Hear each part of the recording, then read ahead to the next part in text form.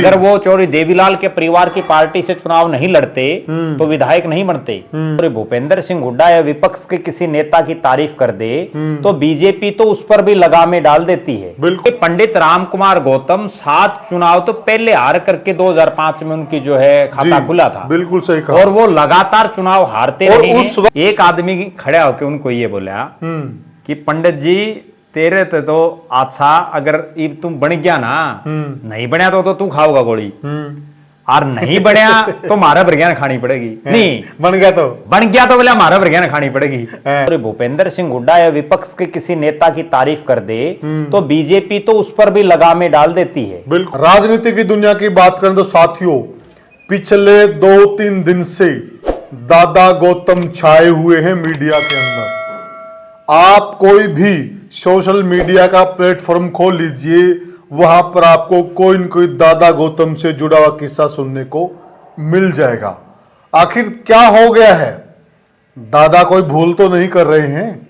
कहीं बीजेपी को जेजेपी तो नहीं समझने लग गए हैं? अगर वो ऐसा कर रहे हैं तो मेरे ख्याल से वो कहीं उनकी बड़ी राजनीतिक भूल साबित ना हो जाए साथियों, क्योंकि हम अच्छे से जानते हैं साथियों, बीजेपी वो दल है जो बड़े बड़ों को अपनी जगह दिखा चुका है।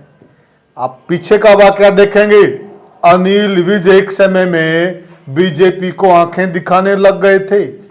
लास्ट समय में उन्होंने मंत्री बनने से इनकार कर दिया था, पर बीजेपी ने उनको जगह दिखाई और एहसास कराया। आज अनिल विज वही अनिल विज हैं जो अपने आप में बड़े तुर्रम खां बनते थे। उनके पास बहुत बड़े मंत्रालय होते थे, उनमें भी कांटा लगा दिया गया, बोल नहीं पा रहे हैं। और दादा गौतम की इतनी हिमाकत कि वो हुड्डा की तारीफ करें, और बीजेपी के बारे में क्या बोल रहे हैं। इस मुद्दे पे हम सारी चर्चा करेंगे कि क्या दादा गौतम की उल्टी गिनती शुरू हो चुकी है। साथियों, हमारे साथ जुड़ गए हैं वरिष्ठ पत्रकार और राजनीतिक विश्लेषक प्रद्युमन जोशीला जी। प्रद्युमन भाई राम राम। राम राम जी, सभी दर्शकों को नमस्कार, राम राम। प्रद्युमन भाई, क्या जो हम देख रहे हैं 2-3 दिन से पिछले जी, दादा गौतम की कहीं उल्टी गिनती शुरू तो नहीं हो गई है? देखो, निश्चित रूप से दादा गौतम, जिनको भारतीय जनता पार्टी ने इस बार सफेदों से टिकट दे करके और जिताने का काम किया, क्योंकि वहां खुद दादा गौतम का तो कोई बहुत लंबा चौड़ा वजूद उस इलाके में है नहीं। बिल्कुल। वो तो जीते हैं तो भारतीय जनता पार्टी की टिकट पर ही जीते हैं जी। और बीजेपी के जो नेता और कार्यकर्ता और बीजेपी की जो मैनेजमेंट है जी, उसके दम पर जीते हैं। बिल्कुल सही। हम ये मान सकते हैं कि नारनौंद में उनका ठीक एक वोट बैंक है, लेकिन सफेदों में तो उनका कोई लंबा चौड़ा खेल है नहीं। सच्चाई ये है, अगर मुगलते में आ गए हो दादाजी। बिल्कुल। और जिस तरह की उनकी बयानबाजी, एक विधायक होते हुए कोई एक आम कार्यकर्ता भी अगर भारतीय जनता पार्टी का और जिस तरह से पंडित राम कुमार गौतम जी ने ये बयानबाजी की है, उसका देख लेना निश्चित रूप से बड़ा खामियाजा पंडित राम कुमार गौतम को भुगतना पड़ेगा। हालांकि बड़ा खामियाजा, क्योंकि मंत्री तो उनको अब कोई बनाएगा नहीं जी, मंत्री तो बन चुके हैं। बिल्कुल। अगर फेरबदल होगा तो हो सकता है, अगर वो चुपचाप ठीक ठाक बैठे रहते तो क्या पता उनकी कहीं ना कहीं बारी आ जाती फेरबदल के में, क्योंकि साल 2 साल 3 साल बाद फेरबदल तो होगा निश्चित रूप से, हर बार हो रहा है। बिल्कुल। और अब वो भी आती हुई नहीं दिखाई दे रही। दूसरा, एक बड़ी चर्चा ये थी कि जो उनके बेटे हैं रजत गौतम एडवोकेट हैं, और उनको कहीं ना कहीं भारतीय जनता पार्टी एडजस्ट कर सकती थी, लेकिन अब उस तरह की भी कोई उम्मीदें मुझे नहीं लग रहा, क्योंकि ये वो भारतीय जनता पार्टी है जो पंडित राम कुमार गौतम तो केवल एक विधायक हैं, और वो भी विधायक बैसाखियों के सहारे बने हैं। चाहे वो 2019 का चुनाव हो, अगर वो चौधरी देवीलाल के परिवार की पार्टी से चुनाव नहीं लड़ते तो विधायक नहीं बनते। चाहे वो 2024 में अगर वो सफेदों में भारतीय जनता पार्टी उनको टिकट ना देती और बीजेपी उनके लिए सही ढंग से कैंपेन ना करती तो वहां भी उनको मुंह की खानी पड़ती, क्योंकि पंडित राम कुमार गौतम 7 चुनाव तो पहले हार करके 2005 में उनकी जो है खाता खुला था। बिल्कुल सही कहा। और वो लगातार चुनाव हारते और रहे उस वक्त भी प्रद्युमन भाई, मैं उसी नारनौंद विधानसभा में होता था हमारा गांव। मुझे अच्छे से राज, याद है। बदावड़, ब्याणा खेड़ा, हाँ। 3 गांव नारनौंद में थे। नारनौंद में थे, जो जी। अभी उकलाना में है। जी प्रद्युमन भाई, उस वक्त पंडित राम कुमार गौतम जब गांव में आते थे जी तो गांव वालों को एक बात बोलते थे, जी भाई जजमानो या तो वोट दे दो जी। या लाकड़ी दे दो। जी एक उनके प्रति लोगों की सिंपैथी बन गई। जी उसी सिंपैथी की लहर में जी। उनकी नैया पार लग गई। कल ही एक बहुत बड़ा नेता है, हम्म उसने एक बड़ी गजब बात बताई उस चुनाव की। उस जो आप जो बात कह रहे हो ना, जी। उसकी। पंडित रामकुमार गौतम जी ने ये कहा कि भाई मैं तो इतने चुनाव हार लिया और ईब जो है मेरा तो गोली खाने वाला विचार हो लिया है। हाँ बिल्कुल, बोलते थे ऐसा। और भाई चाणिया में लाकड़ी दे आई हूं। वही मैं कह रहा हूं। तो और लोग तो उसको ठीक है मजाक में ले गए, या कुछ एक ने सीरियसली भी लिया। एक आदमी खड़ा होकर उनको ये बोला कि पंडित जी तेरे तो अच्छा, अगर इब तुम बन गया ना, नहीं बनया तो तू खाओगा गोली, और नहीं बनया तो मारा बरगियान खानी पड़ेगी। नहीं बन गया तो बोले हमारा बरगियान खानी पड़ेगी। उसमें मतलब कहने का भावार्थ ये है कि मजाक, वो उसी के गांव का था, नारनौंद के पंडित जी। तो उसने वो वाक्य बताया, वो ये वाक्य हैं भाई, सच्चाई है झूठ है ये तो पंडित जी बताएंगे, क्योंकि और ये चीजें पब्लिक डोमेन में है। और ये उस टाइम पे क्या था कि 2005 में कोई सोशल मीडिया का वो सिस्टम भी नहीं था भाई कोई रिकॉर्ड कर ले, कुछ और को रिकॉर्ड बन जाए उस चीज का। लेकिन कई बार ये चीजें कह देते हैं। और पंडित रामकुमार गौतम उस दम पर वो चुनाव जीत गए जी। लेकिन अब वो इस चक्कर में ना रहे, और उसमें और इस दौर में भी एक बड़ा अंतर है कि उस समय वो इतने बुजुर्ग नहीं थे। अब तो वो उम्र के भी आखिरी पड़ाव पर हैं, बुजुर्ग नेता हो चुके हैं, और उनको बड़ी अपने एक एक शब्द पर जो है ध्यान रखना चाहिए। और राजनीतिक आदमी अगर सांस लेता है तो उसके भी मायने होते हैं। और उन्होंने तो सार्वजनिक मंच से चौरे भूपेंद्र सिंह हुड्डा, जो आज के दिन भारतीय जनता पार्टी के खिलाफ जो कांग्रेस पार्टी है उसके सबसे बड़े नेता हैं, बिल्कुल, और उनकी तारीफ करना कहीं ना कहीं ये दर्शा रहा है कि 2005 में जब वो पहली बार विधायक बने, तब जो उनका जो हुड्डा प्रेम जागा था, क्योंकि ये हुड्डा साहब के क्लास फेलो भी रहे हैं, तो जो इनका हुड्डा प्रेम तब जागा था, बीजेपी में थे उस समय भी, और बीजेपी विधायक दल के नेता थे, लेकिन तब भी ये हुड्डा साहब की तारीफ करते थे। तो वही सीन दोबारा पंडित रामकुमार गौतम जी दोहरा रहे हैं, लेकिन वो इस चीज का ध्यान नहीं रख पा रहे कि तब बीजेपी के 2 ही विधायक थे और अब 48 हैं। ठीक बात, और वो बीजेपी नहीं है ये। और तब वो बीजेपी अटल बिहारी वाजपेयी और लाल कृष्ण आडवाणी की बीजेपी थी। आज ये नरेंद्र मोदी और अमित शाह की बीजेपी, जिसने बड़े बड़ों का इलाज कर दिया। सबसे बड़ा सवाल खड़ा होता है प्रद्युमन भाई, देखिए कहीं ना कहीं जी, क्या जिस वोटर ने, जी, जिस गोहाना के वोटर ने, सफेदों के वोटर ने जी, दादा राम कुमार गौतम को विधायक बनाया जी, ये उस वोटर्स की बेइज्जती नहीं है? क्योंकि जी, क्यों मैं कह रहा हूं ऐसा, समझिएगा जरा, दर्शकों से भी मैं कह रहा हूं।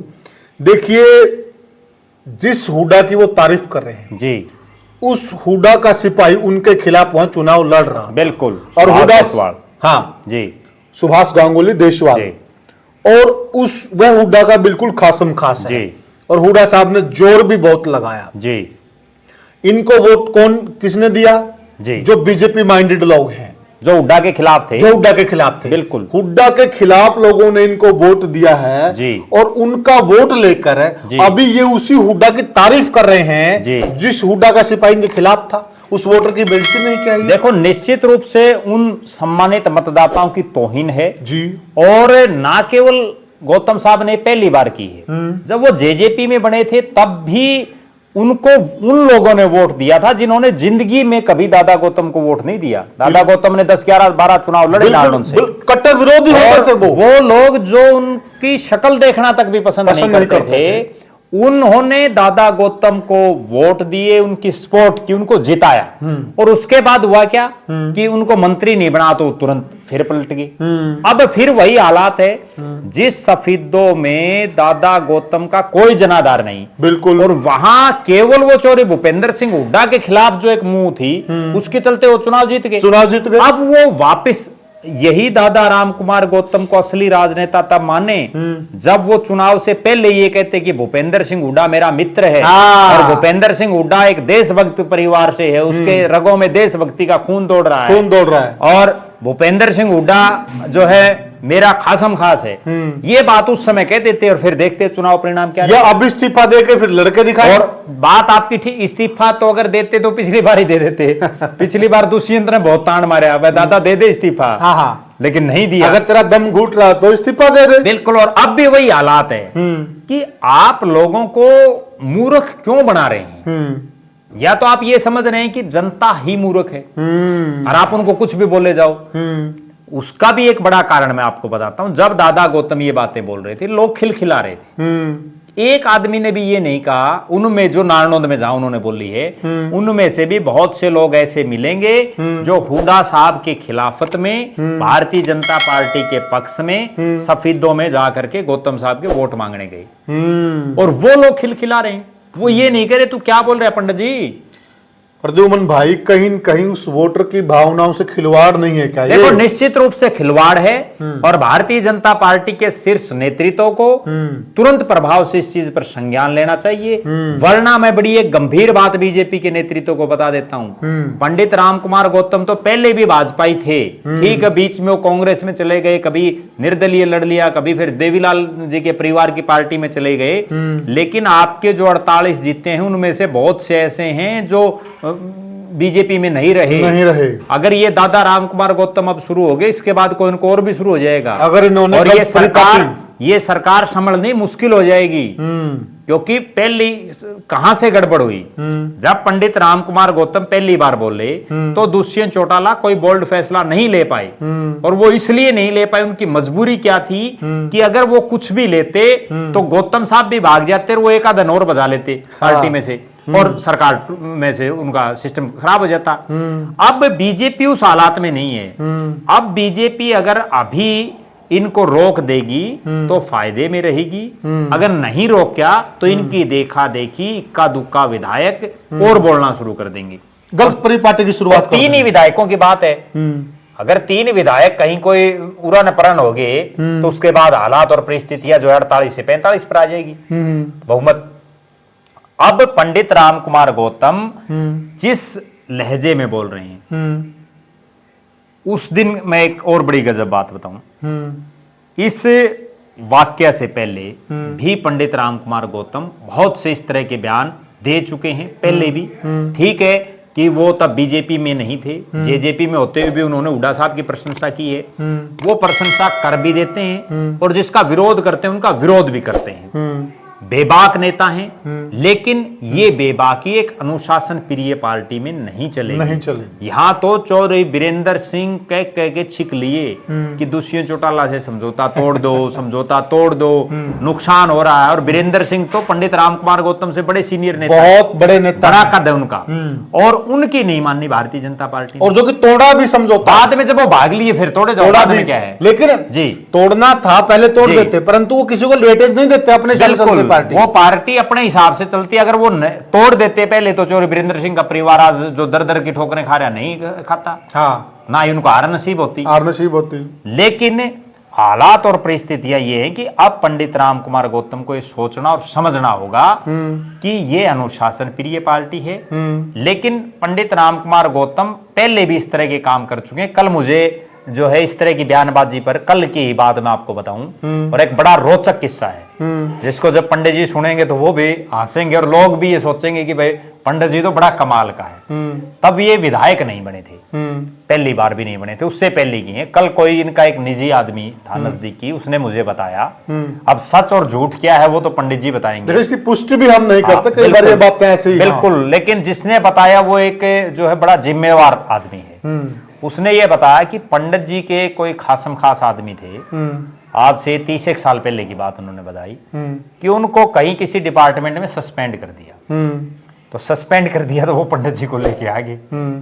पंडित जी आते ही उस अफसर को बोला भाई इसको बहाल कर छोरे ने, क्योंकि वो इस तरह बोला मैं छोरा ने बहाल कर। तो जो अफसर था वो बोला पंडित जी कल तो इसको मैंने सस्पेंड कराया है, आज इसको बहाल कैसे कर दूं भाई कि मैं 5-10 दिन 20 दिन के बाद कर देंगे। पहले सिस्टम भी ऐसा ही था। तो उसने नहीं मानी, पंडित जी वहीं बैठे रहे। ऐसा सिस्टम बैठा कि वो पेशाब करने के लिए चला गया। जैसे ही वो बाथरूम में गया, पंडित जी वो अपना पेज से पढ़ ले भाई तू सस्पेंड करे जा। अब ये सच है झूठ है, जहां पर सस्पेंशन लिखी हुई थी, हाँ वो तो देखो पंडित जी बताएंगे, हाँ, बिल्कुल। क्योंकि हम तो इस चीज के कोई गवाह है नहीं। लेकिन कल ही कोई आदमी बता रहा था, लेकिन लेकिन ये अपने लोगों के लिए वो इस हद तक भी जा सकते हैं। कहने का अभिप्राय ये है। हाँ। और उनके दिल में एक टीस है, इस चीज को मैं भी मानता हूं। एक टीस उनके दिल में क्या है, वास्तव में जो कैबिनेट का विस्तार हुआ इसमें पंडित जी का हक बनता था। पिछली कैबिनेट में भी बनता था जब दुष्यंत चौटाला सरकार में थे। और वो हक क्यों बढ़ता है, 2005 में जब बीजेपी का कोई नाम लेवा नहीं था तब पंडित जी उस पार्टी से विधायक बने। बिल्कुल। आज जितने विधायक प्रदेश की विधानसभा में हैं उनमें सबसे ज्यादा चुनाव लड़ने का रिकॉर्ड पंडित जी के नाम मिलेगा, मतलब नजदीक जरूर मिलेगा। बिल्कुल ठीक बात है। ठीक है, भले ही वो हार गए, जीते 3 बार हैं। जितने जो मंत्री बनाए हुए हैं उनमें भी 3 बार वो जीते हुए हैं। कई तो ऐसे हैं जो पहली बार जीते हैं। गौरव गौतम पहली बार जीते हैं, आरती राव पहली बार जीती हैं, जो है आपके राजेश नागर दूसरी बार के विधायक हैं, श्रुति चौधरी पहली बार जीती है, कृष्ण बेदी दूसरी बार के विधायक हैं। तमाम जूनियर हैं पंडित राम कुमार गौतम से, और उनका राइट भी बनता, और वो उनके दिल में एक टीस है। लेकिन वो टीस ये बीजेपी के प्लेटफॉर्म पर दूर नहीं कर सकते। हाँ। समस्या ये है, ये जेजेपी नहीं है, क्योंकि ये अब जेजेपी नहीं है, बीजेपी को पूर्ण बहुमत है। और बीजेपी को एक ऐसा बहुमत है जिस पर जो है भारतीय जनता पार्टी उनकी कोई सुनने वाली नहीं है, लेकिन सुननी चाहिए। हम भी इस चीज के पक्षधर में हैं कि इतने सीनियर नेता को जो है कुछ ना कुछ बना। कल सोशल मीडिया पे एक आदमी ने एक कमेंट कर रखा था, तो क्योंकि लोग चटकारे भी ले रहे हैं, और उन्होंने बड़ी गजब बात लिखी कि जो है नायब सिंह सैनी को एक डिपार्टमेंट बना के जो लोगों का मनोरंजन करे उसका जो है चेयरमैन पंडित राम कुमार गौतम को बढ़ा दिया जाए। जैसे लोक संपर्क विभाग होता है ना, हाँ। तो इस तरह से कोई ऐसे बनाए दे भाई, कोई कला संस्कृति कुछ सेंटर में तो बना भी रखा है जी। हाँ। और उसका चेयरमैन बोला पंडित राम कुमार जी को बना दे, क्योंकि वो लोगों को हंसाते रहते हैं। देखो हंसी तो कम से कम अगले दिलाते हैं। अगली बड़ी बात ये है, जो सीरियस बात है वो ये है कि बीजेपी के शीर्ष नेतृत्व को पंडित राम कुमार गौतम की टीस को समझना चाहिए, और पंडित राम कुमार गौतम को भारतीय जनता पार्टी के अनुशासन को समझना चाहिए। प्रद्युमन भाई, मुझे ये लग रहा है, देखिए कहीं न कहीं मेरे हिसाब से बीजेपी इसको कोई न कोई बड़ा दायित्व देती जी, परंतु बीजेपी इस चीज को बड़ा चेक करती है अच्छे से कि ये पक्का भाजपाई है कि नहीं है जी, क्योंकि ये पक्के भाजपाई नहीं बन पा रहे हैं ना। जब तक पक्के भाजपाई नहीं बन पाएंगे जी, मेरे हिसाब से बीजेपी को देने वाली नहीं, क्योंकि ये बीच बीच में इस प्रकार की बयानबाजी कर देते हैं, अपने आप पे प्रश्न चिन्ह लगा देते हैं। निश्चित रूप से ये जो आप बात कह रहे हो, इसी डर से इनको मंत्री नहीं बनाया जा रहा। हाँ। डर क्या है, अब तक तो पंडित राम कुमार गौतम एक मंत्री वाली कुर्सी मांग रहे थे। नारनौंद की जनसभा में वो बोल रहे हैं बडनी था वो जीत की में बात बने भाई या छोटनी तो तब जो है लोगों कर जाता रू में। तो अगर उनको मंत्री बना दिया, अनिल विज पहले मनोहर लाल जी को नहीं काबू आ रहे थे, ये नायब सिंह सैनी के काबू नहीं आएंगे। इनको तो ठीक है, मंत्री अगर बनाना भी है तो कोई ऐसा डिपार्टमेंट दें जिसमें ये ठीक ठाक तो इनके सिस्टम का, और वैसे पढ़े लिखे आदमी हैं, एडवोकेट हैं, हाँ बिल्कुल, लेकिन उसके बावजूद इस तरह की बातें कर देते हैं जो कहीं ना कहीं ये दर्शाती हैं कि इतने सीनियर नेता को और पार्टी प्लेटफॉर्म से बाहर की कोई बात नहीं करनी चाहिए। बहुत पुराने पॉलिटिशियन हैं, बिल्कुल बहुत पुराने, इनने तो पता नहीं कितने चुनाव लड़ लिए, गिनती बंद हो रही है। पंडित जी को याद नहीं होंगे भाई इतने लड़ लिए। हाँ बिल्कुल, तो ये बात है, संघर्ष भी है। देखो निश्चित रूप से संघर्ष किया है और विपरीत हालातों में इन्होंने चुनाव लड़े। सबसे बड़ी बात इनकी ये है, जिस नारनौंद विधानसभा क्षेत्र में ये जीते वो ग्रामीण बाहुल्य, जाट बाहुल्य और किसान बाहुल्य विधानसभा क्षेत्र है। उसके बावजूद इन्होंने अपने दमखम पर जो है आज भी इनका 20-30 हजार वोट खुद का नारनौंद विधानसभा क्षेत्र में है। और अपने दमखम पर है। 30,000 वोट आज भी पंडित राम कुमार गौतम के पास हैं। लेकिन बात यह है कि वो थोड़ा धक्का मारने की जरूरत है, वो एमएलए बन जाते हैं। कोई पार्टी मार देती, जैसे जेजेपी ने मार दिया, एमएलए बन गए। नहीं मारा पिछली बार, नहीं बने तो निर्दलीय हार गए। तो कहीं ना कहीं थोड़ी सी सपोर्ट की जरूरत है। और बाकी तो बात यह है कि पंडित जी को परमात्मा बड़ा स्वस्थ जीवन दे और वो लोगों को यूं ही हंसते हंसाते रहें। और जो है तो प्रद्युम्न भाई, लास्ट बात है, फिर वीडियो का अंत करते हैं। जी, क्या मतलब इनका पूरी तरह से बीजेपी से मोह भंग हो चुका है, या फिर ये बीजेपी को टेस्ट कर रहे हैं? देखो, अभी इनका मैं नहीं मानता कि मोह भंग हुआ है। हाँ, अभी तो ये केवल टेस्ट कर रहे हैं। टेस्ट कर। और मोह भंग इसलिए भी मैं नहीं कहूंगा क्योंकि ऑप्शन नहीं बचे। सबसे बड़ी बात ये है, ऑप्शन पिछली बार तो ये जेजेपी में थे, तब इनके पास 2 ऑप्शन थे कि ये बीजेपी में भी जा सकते थे, कांग्रेस में भी जा सकते थे। अब हालात ये है कि नारनौंद में कांग्रेस का एमएलए है, तो वहां भी अब इनको बड़ी दिक्कत आएगी। कांग्रेस में सिटिंग एमएलए की टिकट बहुत कटना मुश्किल है। इस बार भी बहुत से ऐसे जो बुजुर्ग थे उनको भी दे दी। तो कहीं ना कहीं अब पंडित जी के पास कोई ऑप्शन नहीं है। वो केवल और केवल ये तोल रहे हैं कि आपके इस एक बयान से जो है भारतीय जनता पार्टी का नेतृत्व क्या रिएक्शन करता है। आप एक और बड़ी गजब बात, एक्शन का रिएक्शन देखना चाह रहे हैं। एक और बड़ी गजब बात ये देखिए कि पंडित जी के इस बयान के बाद ना तो बीजेपी के किसी नेता कोई बयान आया, ना चौधरी भूपेंद्र सिंह हुड्डा और कांग्रेस के किसी नेता कोई बयान आया, और ना ही उस बयान के बाद पंडित जी का भी कुछ कोई रिएक्शन दोबारा नहीं आया है। तो इसका मतलब पंडित जी एक थोड़ी सुई, जैसे डॉक्टर जब टिक्का लगाता है तो थोड़ा एक बार टेस्ट करता है ना, बिल्कुल, तो इस तरह से थोड़ी ही सुई लगा के देख रहे हैं कि भाई बीजेपी वालों को कुछ दर्द हो रहा है, महसूस हो रहा है या नहीं हो रहा। ये क्या बीजेपी वाले आपको कुछ दे सकते हैं या नहीं दे सकते? नहीं दे सकते हैं, बस ये चीज चेक कर रहे हैं। अब उस चेक में कई बार ये भी हो जाता है कि जो है फांसी में फांसी हो जाती है। कई बार जो है रिएक्शन, आदमी एक्शन में रिएक्शन कर जाता है, तो उसका नुकसान भी हो सकता है और फायदा भी हो सकता है। अब वो अगले कुछ एक दिन में पता चल जाएगा कि भारतीय जनता पार्टी दादा पंडित राम कुमार गौतम को कोई तवज्जो देती है या नहीं देती। नहीं देती।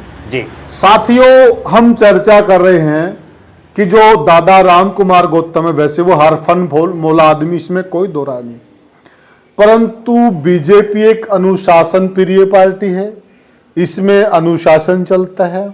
और कहीं दादा गलती से बीजेपी को जेजेपी ना समझें और कहीं वो इतनी बड़ी लकीर ना खींच दें जिस प्रकार की वह बयानबाजी कर रहे हैं, तो बीजेपी में उनके लिए और ज्यादा मुश्किलात पैदा ना हो जाए। क्योंकि मेरे हिसाब से दादा राम कुमार गौतम का आखिरी चुनाव है और वो आगे अपने बेटे का भविष्य देखकर ही कोई फैसला करें। बाकी वो बहुत बड़े नेता हैं, बहुत वरिष्ठ नेता हैं, उनको हम क्या समझा सकते हैं। इस बात में मैं एक बात और कहूंगा, पंडित जी जब भी चुनाव लड़ते हैं हर बार अपना आखिरी बताते हैं, आखिरी बताते हैं, लेकिन वो फिर नोट आउट चलते रहते हैं, अगली बार फिर भर देते हैं। भर देते हैं। जी, आप क्या मानते हैं, क्या जो दादा गौतम की टीस है वो जायज है? क्या उनको बीजेपी ने तवज्जो देनी चाहिए, या फिर दादा राम कुमार गौतम पक्के वाजपेयी नहीं बन पाए हैं, कहीं उन्हीं में कोई दिक्कत है, या फिर कि बीजेपी अभी वो स्वयं से काम लें, जब विस्तार होगा तब उनके बारे में सोचा जाएगा? आप हमें कमेंट सेक्शन में जरूर बताइएगा और वीडियो को ज्यादा से ज्यादा शेयर कीजिएगा, चैनल को सब्सक्राइब कीजिएगा। तो साथियों, अब लेते हैं आपसे विदा और फिर मिलते हैं किसी और मुद्दे पर। साथियों, राम राम। राम राम।